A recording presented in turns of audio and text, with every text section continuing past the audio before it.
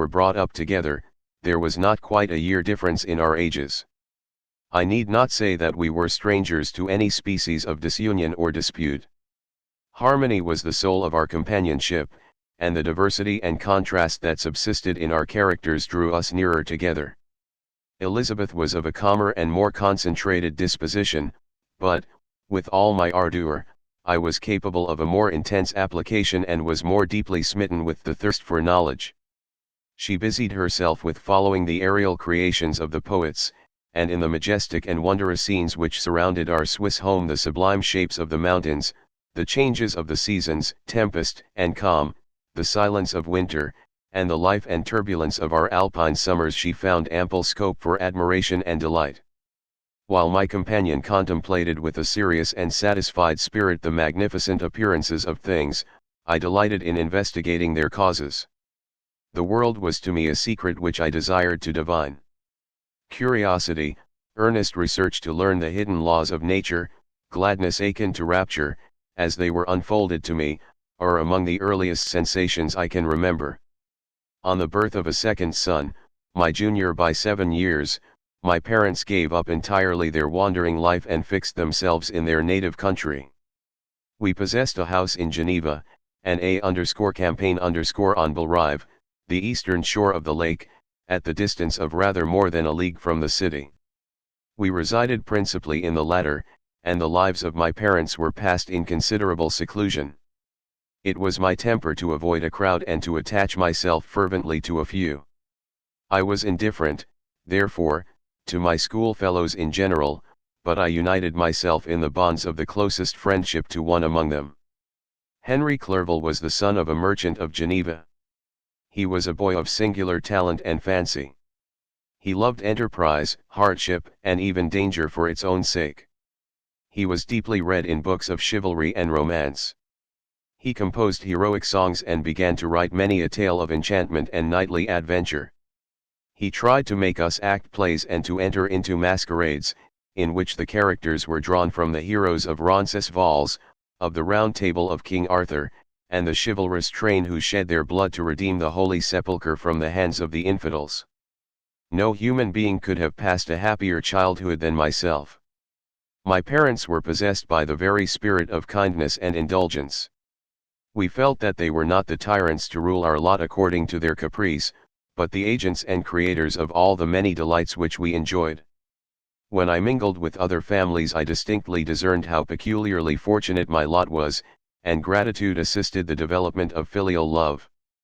My temper was sometimes violent, and my passions vehement, but by some law in my temperature they were turned not towards childish pursuits but to an eager desire to learn, and not to learn all things indiscriminately.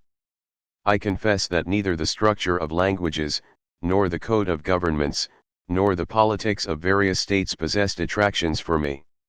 It was the secrets of heaven and earth that I desired to learn, and whether it was the outward substance of things or the inner spirit of nature and the mysterious soul of man that occupied me, still my inquiries were directed to the metaphysical, or in its highest sense, the physical secrets of the world. Meanwhile Clerval occupied himself, so to speak, with the moral relations of things. The busy stage of life, the virtues of heroes, and the actions of men were his theme, and his hope and his dream was to become one among those whose names are recorded in story as the gallant and adventurous benefactors of our species. The saintly soul of Elizabeth shone like a shrine-dedicated lamp in our peaceful home. Her sympathy was ours, her smile, her soft voice, the sweet glance of her celestial eyes, were ever there to bless and animate us. She was the living spirit of love to soften and attract. I might have become sullen in my study, rough through the ardor of my nature, but that she was there to subdue me to a semblance of her own gentleness. And Clerval could not ill entrench on the noble spirit of Clerval. Yet he might not have been so perfectly humane, so thoughtful in his generosity, so full of kindness and tenderness amidst his passion for adventurous exploit, had she not unfolded to him the real loveliness of beneficence and made the doing good the end and aim of his soaring ambition. I feel exquisite pleasure in dwelling on the recollections of childhood, before misfortune had tainted my mind and changed its bright visions of extensive usefulness into gloomy and narrow reflections upon self.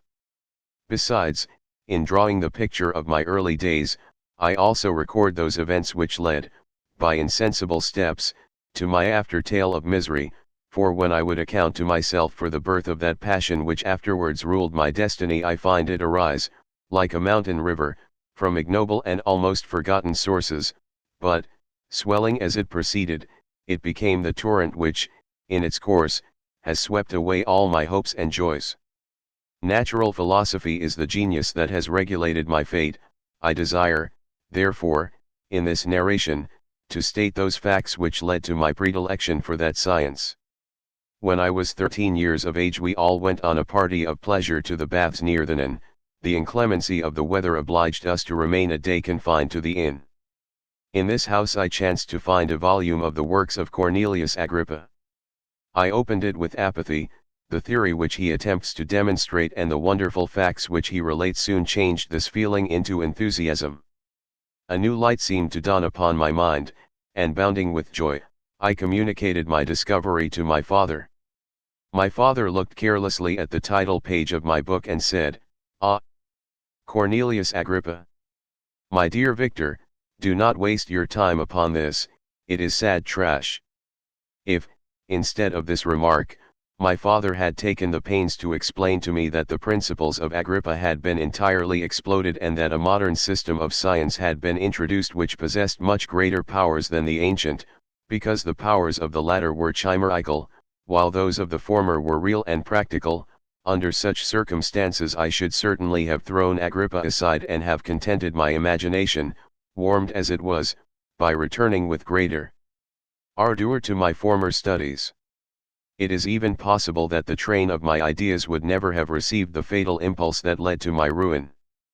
But the cursory glance my father had taken of my volume by no means assured me that he was acquainted with its contents, and I continued to read with the greatest avidity. When I returned home, my first care was to procure the whole works of this author, and afterwards of Paracelsus and Albertus Magnus. I read and studied the wild fancies of these writers with delight. They appeared to me treasures known to few besides myself. I have described myself as always having been imbued with a fervent longing to penetrate the secrets of nature. In spite of the intense labor and wonderful discoveries of modern philosophers, I always came from my studies discontented and unsatisfied. Sir Isaac Newton is said to have avowed that he felt like a child picking up shells beside the great and unexplored ocean of truth. Those of his successors in each branch of natural philosophy with whom I was acquainted appeared even to my boy's apprehensions as tyros engaged in the same pursuit. The untaught peasant beheld the elements around him and was acquainted with their practical uses. The most learned philosopher knew little more. He had partially unveiled the face of nature, but her immortal lineaments were still a wonder and a mystery. He might dissect, anatomize, and give names, but, not to speak of a final cause, causes in their secondary and tertiary grades were utterly unknown to him. I had gazed upon the fortifications and impediments that seemed to keep human beings from entering the citadel of nature, and rashly and ignorantly I had repined. But here were books, and here were men who had penetrated deeper and knew more. I took their word for all that they averred, and I became their disciple. It may appear strange that such should arise in the 18th century, but while I followed the routine of education in the schools of Geneva, I was, to a great degree, self-taught with regard to my favorite studies. My father was not scientific, and I was left to struggle with a child's blindness, added to a student's thirst for knowledge. Under the guidance of my new preceptors I entered with the greatest diligence into the search of the philosopher's stone and the elixir of life, but the latter soon obtained my undivided attention. Wealth was an inferior object, but what glory would attend the discovery if I could banish disease from the human frame and render man invulnerable to any but a violent death? Nor were these my only visions. The raising of ghosts or devils was a promise liberally accorded by my favorite authors, the fulfillment of which I most eagerly sought, and if my incantations were always unsuccessful, I attributed the failure rather to my own inexperience and mistake than to a want of skill or fidelity in my instructors. And thus for a time I was occupied by exploded systems, mingling, like an unadept, 1,000 contradictory theories and floundering desperately in a very slough of multifarious knowledge, guided by an ardent imagination and childish reasoning, till an accident again changed the current of my ideas. When I was about 15 years old we had retired to our house near Belrive, when we witnessed a most violent and terrible thunderstorm. It advanced from behind the mountains of Jura, and the thunder burst at once with frightful loudness from various quarters of the heavens. I remained, while the storm lasted, watching its progress with curiosity and delight. As I stood at the door, on a sudden I beheld a stream of fire issue from an old and beautiful oak which stood about 20 yards from our house, and so soon as the dazzling light vanished, the oak had disappeared, and nothing remained but a blasted stump. When we visited it the next morning, we found the tree shattered in a singular manner. It was not splintered by the shock, but entirely reduced to thin ribbons of wood. I never beheld anything so utterly destroyed. Before this I was not unacquainted with the more obvious laws of electricity. On this occasion a man of great research in natural philosophy was with us, and excited by this catastrophe, he entered on the explanation of a theory which he had formed on the subject of electricity and galvanism, which was at once new and astonishing to me. All that he said threw greatly into the shade Cornelius Agrippa, Albertus Magnus, and Paracelsus, the lords of my imagination, but by some fatality the overthrow of these men disinclined me to pursue my accustomed studies. It seemed to me as if nothing would or could ever be known. All that had so long engaged my attention suddenly grew despicable. By one of those caprices of the mind which we are perhaps most subject to in early youth, I at once gave up my former occupations, set down natural history and all its progeny as a deformed and abortive creation, and entertained the greatest disdain for a would-be science which could never even step within the threshold of real knowledge. In this mood of mind I betook myself to the mathematics and the branches of study appertaining to that science as being built upon secure foundations, and so worthy of my consideration. Thus strangely are our souls constructed, and by such slight ligaments are we bound to prosperity or ruin. When I look back, it seems to me as if this almost miraculous change of inclination and will was the immediate suggestion of the guardian angel of my life, the last effort made by the spirit of preservation to avert the storm that was even then hanging in the stars and ready to envelop me. Her victory was announced by an unusual tranquility and gladness of soul which followed the relinquishing of my ancient and latterly tormenting studies. It was thus that I was to be taught to associate evil with their prosecution, happiness with their disregard. It was a strong effort of the spirit of good, but it was ineffectual. Destiny was too potent, and her immutable laws had decreed my utter and terrible destruction. Chapter 3 When I had attained the age of 17 my parents resolved that I should become a student at the University of Ingolstadt.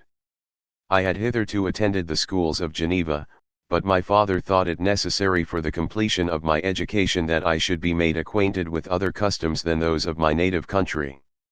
My departure was therefore fixed at an early date, but before the day resolved upon could arrive, the first misfortune of my life occurred, an omen, as it were, of my future misery. Elizabeth had caught the scarlet fever, her illness was severe, and she was in the greatest danger. During her illness many arguments had been urged to persuade my mother to refrain from attending upon her. She had at first yielded to our entreaties, but when she heard that the life of her favorite was menaced, she could no longer control her anxiety. She attended her sickbed, her watchful attentions triumphed over the molly goodnighty of the distemper. Elizabeth was saved, but the consequences of this imprudence were fatal to her preserver. On the third day my mother sickened, her fever was accompanied by the most alarming symptoms, and the looks of her medical attendants prognosticated the worst event. On her deathbed the fortitude and benignity of this best of women did not desert her. She joined the hands of Elizabeth and myself. "My children," she said, "my firmest hopes of future happiness were placed on the prospect of your union. This expectation will now be the consolation of your father. Elizabeth, my love, you must supply my place to my younger children. Alas! I regret that I am taken from you, and, happy and beloved as I have been, is it not hard to quit you all? But these are not thoughts befitting me, I will endeavor to resign myself cheerfully to death and will indulge